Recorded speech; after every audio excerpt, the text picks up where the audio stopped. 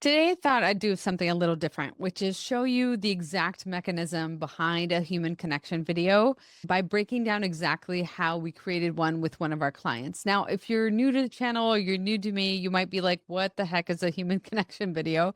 So, in very short terms, a human connection video is the story of who you are, but told in a way that really moves your ideal client to take action. Think about it like this: when your ideal client is coming to your website, to your social media profile, and they're checking you out, they're doing what I call the sus or the instant trust test. You have microseconds to capture their attention, capture their heart, to really create a bond with them that will make you not only unforgettable, but will make them create real estate in their minds about who you are. And the way that we do that is through a human connection video. So it's a three-ish, 3 to 4 max minutes video that captures who you are in kind of like the trailer of your brand. What we do is we work with our clients to help them create one so that they have this asset in their business for 3 to 4 to 10 years to come. And they can use it over and over, not just pinned on their social media profiles, on their website, on their About Me page, and their homepage if they're the face of the brand, but also in their email signature. And they send it out with every single pitch, with every single email that goes out. It's on their sales page, kind of towards the bottom of the fold. I go into a lot of this in other videos, and please make sure to check them out. But for today, I want to break down exactly how we do this with our clients by showing you an example of a video. So, first things first, you have to watch one. And the tagline that we use is when you watch it, you feel it. So I'm going to give you a chance to watch Katie's human connection video so that we can then break it down. Let's go. There was this one morning, I was getting the kids ready for school, pouring cereal, packing the lunch boxes. And suddenly I realised I was still leaking. I started to think there must be something really wrong with me. I'm the kind of woman who gets things done. But here I was, Googling, why me? Life was busy. I was looking after everything else. My patients, my family, the never-ending to-do list. And completely forgetting about myself. I guess I just thought it would get better. And then it became my normal. I barely even noticed that I was planning everything I did. The clothes I wore, where I went, based on whether I was likely to leak or not. I still believed that I was the exception, that there must be something wrong with me, that I was broken. And worse, I thought that as an osteopath, I should know better. So I did what we've all been told to do, kept squeezing harder. But really, I just did less running, less jumping. I shrank my life little by little. Didn't even notice I was doing it, really. I finally got the courage to ask for help. And the physio looked me in the eye and said, if you're not doing 50 screws 5 times a day, it's game over. I cried in that room and nobody even asked if I was okay. And I believed her, that maybe it was my life now. But that was the day that something shifted. I wasn't just fed up of peeing myself. I was fed up of pretending that this was okay. Fed up of being given the same advice over and over again, and it hadn't worked. So I started studying everything I could around pelvic health. I started piecing it together, how pressure moves through the body. It wasn't just my pelvic floor, it was everything. I discovered how much my feet mattered. It all made so much sense to my osteopath brain. I just couldn't believe I hadn't seen it sooner. So I got to work. Not by doing 1 million squeezes a day.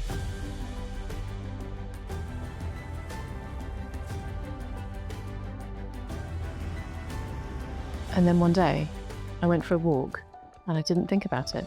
Then I went for a run and I didn't leak. I couldn't believe it. After all this time, I felt like myself again. And little by little, I learnt to rebuild that trust in my body. I don't plan my day around my symptoms anymore. I just live my life. And I help other women who desperately want to feel normal again do the same. Women who've quietly been living with leaking, prolapse, or just a deep down sense that something isn't right. You're not broken. It's not too late. You just haven't had the right advice, the right help for your body. You don't need to be stronger. You just need to learn how to feel supported and trust your body again. Let's rebuild that trust together. All right, now that you've watched Katie's human connection video, I'm going to go ahead and bring it up again and go literally shot by shot into how we crafted this together. Okay, so the first thing to keep in mind is that Katie came to me already a rock star. She's a fantastic osteopath. She has a home practice and she was building her coaching business at the time. And so the prerequisites for us working together is that A, she's really great at what she does, has gotten amazing client results, knows what she's doing in terms of the delivery, and knows the exact client who she wants to work with really, really well. One of the other criteria is that I really enjoyed working with Katie. And so this is a really intimate process. If you come into my world, we're going to be going really deep into your story. And so she was not only showing up, doing the work, she was a stellar member of the program and carried out everything flawlessly. So let's take a look at how her video came together shot by shot now. There was this one morning, I was getting the kids ready for school, pouring cereal, packing the lunchboxes, and suddenly I realized I was still leaking. Okay, so I actually got carried away a little bit. The first shot that we have is her interview shot. So as you can see, she has a fantastic light on her face that's coming from a window over here. So the way that I teach students is we don't use any artificial lighting if we don't absolutely have to, because that's a whole other more complicated way to do it correctly, do it nicely. And so she's just using a straight up window light. Notice that there isn't direct light hitting her. It's just a really soft neutral light coming from the window. I love that the light catches both her eyes. We can see it reflecting in her eyes right here.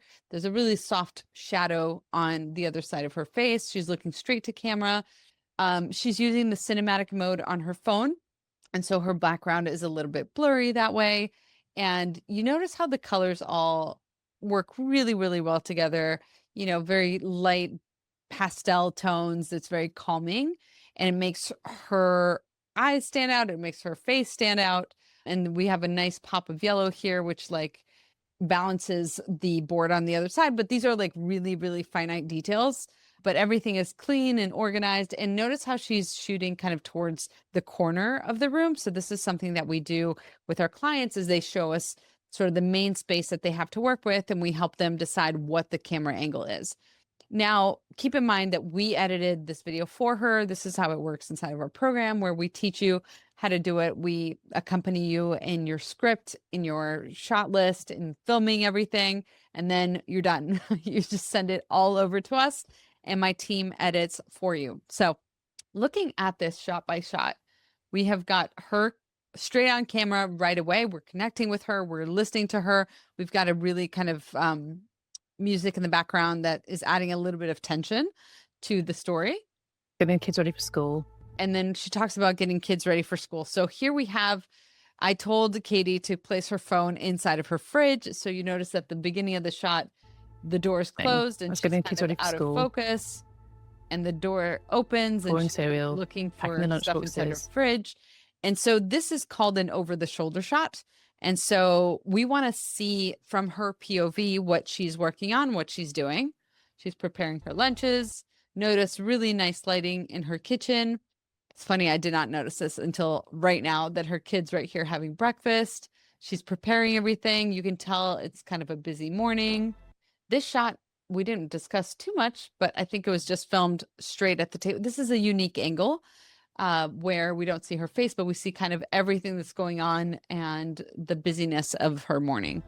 And then we cut to her having an alone moment in the sink because she says, and I realized I was leaking again. And suddenly I realized. So you notice how we go from behind her to a shot of her face. So she most likely put the tripod right on top of the kitchen counter so that we went from seeing her from behind to now seeing her face and kind of seeing her look out the window. Suddenly I realized I was still leaking. I was still leaking. Suddenly I realized I was still leaking. So in the edit, what we did was we cut to the shot of her in the rain. Obviously, we're not going to show any sort of leaking. We don't want to be on the nose, but this is a really subtle metaphorical reference to what she's experiencing, where she's getting wet and it's uncomfortable and she feels exposed and she feels that she's not in control of her body anymore. So this is a medium shot or maybe tighter shot of her face.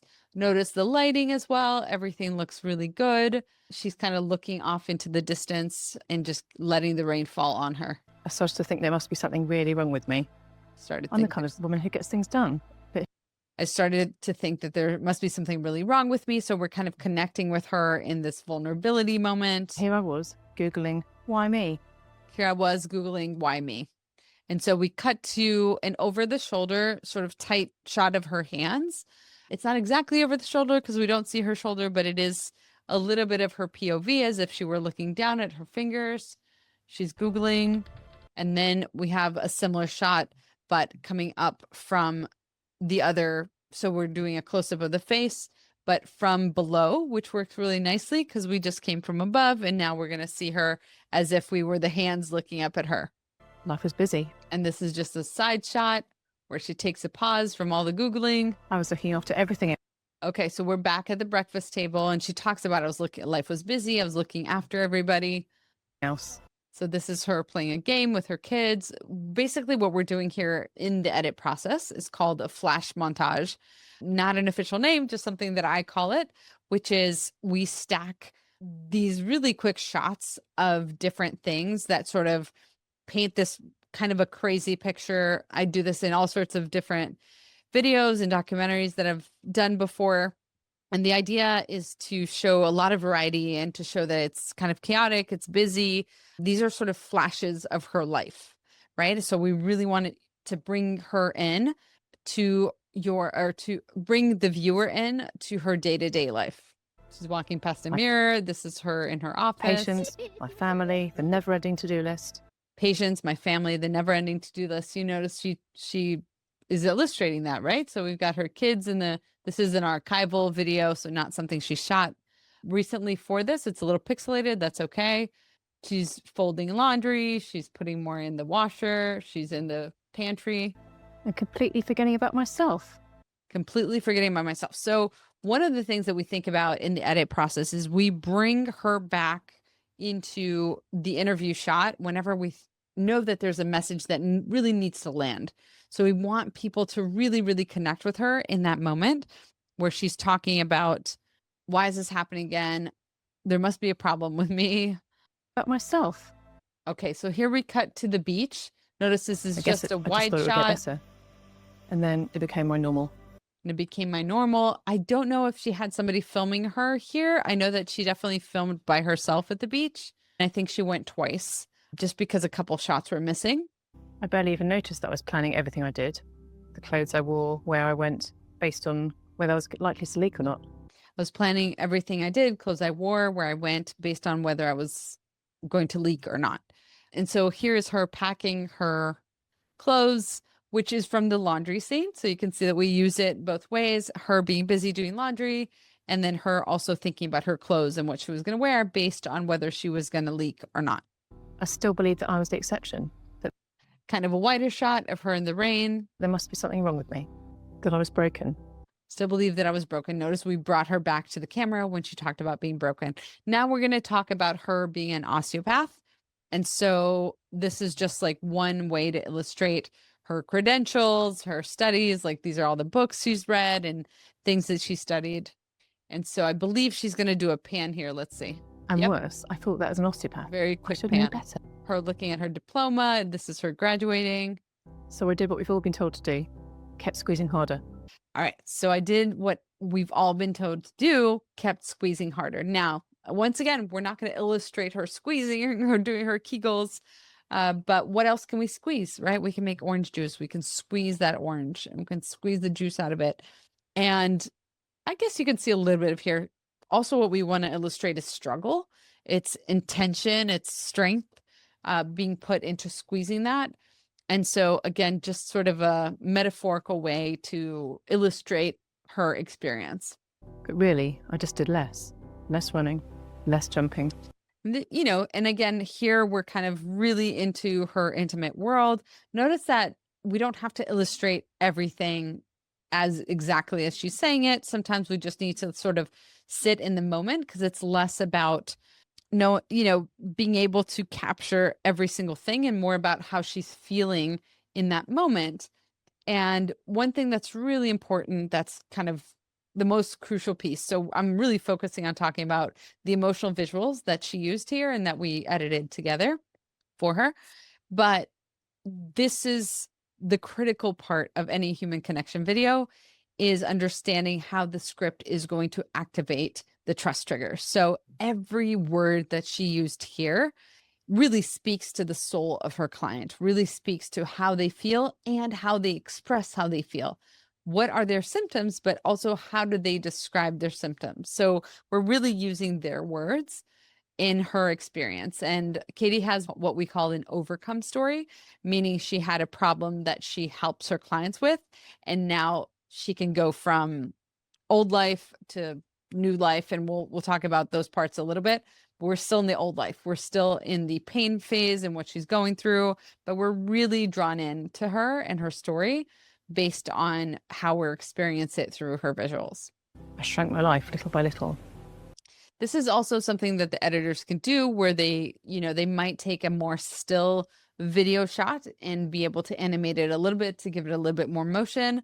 This is for our clients who are filming alone and then to bring their videos to life a little bit with a bit more motion.